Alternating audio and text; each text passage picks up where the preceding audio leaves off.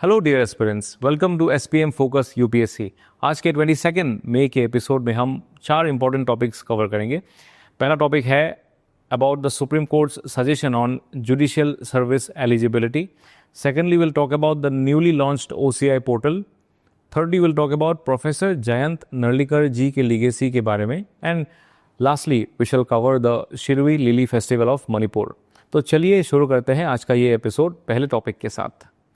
Judicial services के लिए 3 years rule का सुप्रीम कोर्ट का रिकमेंडेशन।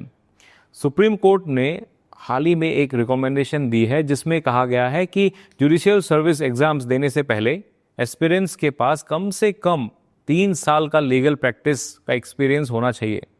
इसका मकसद है कि नए जजेस के पास कोर्टरूम का प्रैक्टिकल एक्सपीरियंस हो, प्रोसीड्यूरल नॉलेज हो और उन्हें पार्टीज के पर्सपेक्टिव्स को समझने का मौका मिले। इससे पहले भी ऑल इंडिया जजेस केसेस 2002 के दौरान ऐसे सजेशंस आया है, लेकिन अब तक फ्रेश लॉ ग्रेजुएट्स बिना किसी प्रैक्टिस के डायरेक्टली जुडिशरी एग्जाम्स दे सकते थे। इस नई रिकमेंडेशन को लेकर काफ़ी डिस्कशंस हो रही है। कुछ लोग इसके खिलाफ है due to a few reasons. पहला रीज़न है इसका कोई एम्पिरिकल बेसिस नहीं है, कोई डेटा अवेलेबल नहीं है जो प्रूफ करे कि लीगल प्रैक्टिस से जजेस बेटर बन सकते हैं। दूसरा रीज़न है कि रूरल पोर और फर्स्ट जनरेशन एक्सपीरियंस के लिए ये रूल एक सेटबैक बन सकता है। तीसरा रीज़न है यह यंग और टैलेंटेड एक्सपीरियंस के टैलेंट ड्रेन कर सकता है जो ग्रेजुएशन के तुरंत बाद जुडिशरी एग्जाम्स के लिए प्रिपेयर करते हैं। इसके अलावा फाइनेंशियल बर्डन भी होगा, क्योंकि हर किसी के पास 3 साल बिना स्टेबल इनकम का सर्वाइव करना पॉसिबल नहीं होता। ऊपर से इंफ्रास्ट्रक्चरल इश्यूज तो है ही। Law chambers often exploit newcomers and often learning. दूसरी तरफ जुडिशियल सर्विसेज का 3 इयर्स रूल के सपोर्टर्स भी ये कहता है कि इसमें से कुछ अच्छे भी हो सकते हैं, जैसे कि रियल वर्ल्ड एक्सपीरियंस से डिसीजन मेकिंग बेटर होते हैं, केस पेंडेंसी कम हो सकती है, कॉम्प्लेक्स लिटिगेशन हैंडल करने की कैपेसिटी डेवलप होती है और ऊपर से कोर्ट स्टाफ पर डिपेंडेंसी भी कम होती है। अभी इसके वे फॉरवर्ड ये हो सकता है कि लीगल एक्सपीरियंस को एनकरेज किया जाए, लेकिन मैंडेटरी ना बनाया जाए। गवर्नमेंट को चाहिए कि वो स्टाइपेंड्स, फेलोशिप्स या लीगल एड इंटर्नशिप्स को प्रोवाइड करे, स्पेशली उन कैंडिडेट्स के लिए जो फाइनेंशियली वीक बैकग्राउंड से आते हैं। इस टॉपिक पर एक प्रीलिम्स प्रैक्टिस क्वेश्चंस दिया गया है, आप इसका आंसर कमेंट सेक्शन में दे सकते हैं। अब चलते हैं अगले गवर्नेंस टॉपिक की तरफ, the launch of the new overseas citizens of India portal.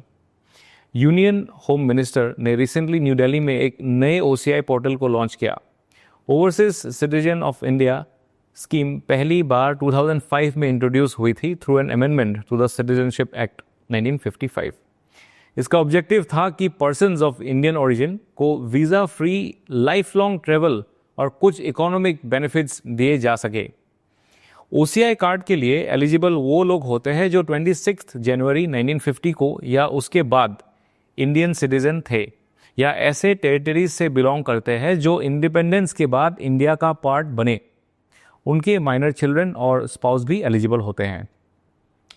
OCI card holders को multiple entry life long visa मिलता है और कुछ इकोनॉमिक पैरिटी भी मिलती है, जैसे entry fees in national park etcetera, लेकिन उन्हें वोटिंग राइट्स नहीं होते हैं। 2015 में पीआईओ कार्ड होल्डर्स को ओसीआई में कन्वर्ट करने की सुविधा दी गई थी। नया पोर्टल इस प्रोसेस को और एफिशिएंट और ट्रांसपेरेंट बनाएगा। इस टॉपिक पर एक प्रीलिम्स क्वेश्चन दिया गया है, आप इसका आंसर कमेंट सेक्शन में दे सकते हैं। चलिए अब जीएस 3 के टॉपिक पर नज़र डालते हैं। Professor Jayant Narlikar and his challenge to the big bang theory. Renowned astrophysicist professor Jayant Narlikar ji का हाल ही में देहांत हुई है। उन्होंने अपने पीएचडी गाइड फ्रेड हॉयल के साथ मिलकर एक ऑल्टरनेटिव कॉस्मोलॉजिकल मॉडल प्रपोज किया था जिसको स्टेडी स्टेट थ्योरी कहते हैं। इस थ्योरी के की फीचर्स है जैसे कि यूनिवर्स एटर्नल है, कोई बिगिनिंग या एंड नहीं होता यूनिवर्स का।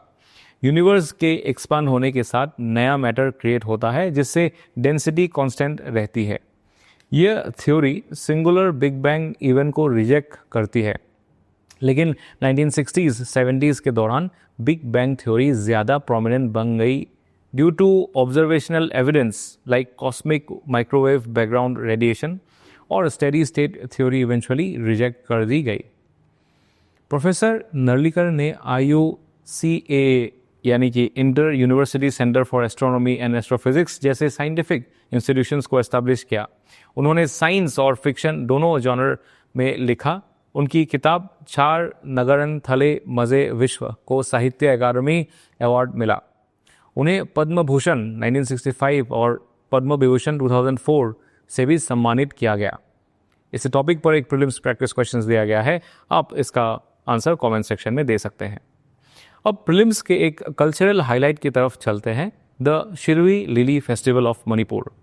यह फेस्टिवल मणिपुर के उखरुल डिस्ट्रिक्ट में होता है और इससे मणिपुर की स्टेट फ्लावर शिरुई लिली के नाम पर सेलिब्रेट किया जाता है। ये एक कल्चरल और टूरिज्म फेस्टिवल है जो मणिपुर के डिपार्टमेंट ऑफ टूरिज्म के द्वारा ऑर्गेनाइज किया जाता है। फेस्टिवल लोकल कल्चर को प्रमोट करता है और इको टूरिज्म को बढ़ावा देता है। प्रीलिम्स के लिए एक इंपॉर्टेंट फैक्ट हो सकता है। अब चलिए देखते हैं आज का quote. Injustice anywhere is a threat to justice everywhere. इसका मतलब है कि अगर कहीं भी अन्याय होता है तो वो सब जगह के न्याय के लिए खतरा बन जाता है। मतलब एक जगह की गलती को इग्नोर करना पूरे समाज के न्याय को कमज़ोर बना देता है।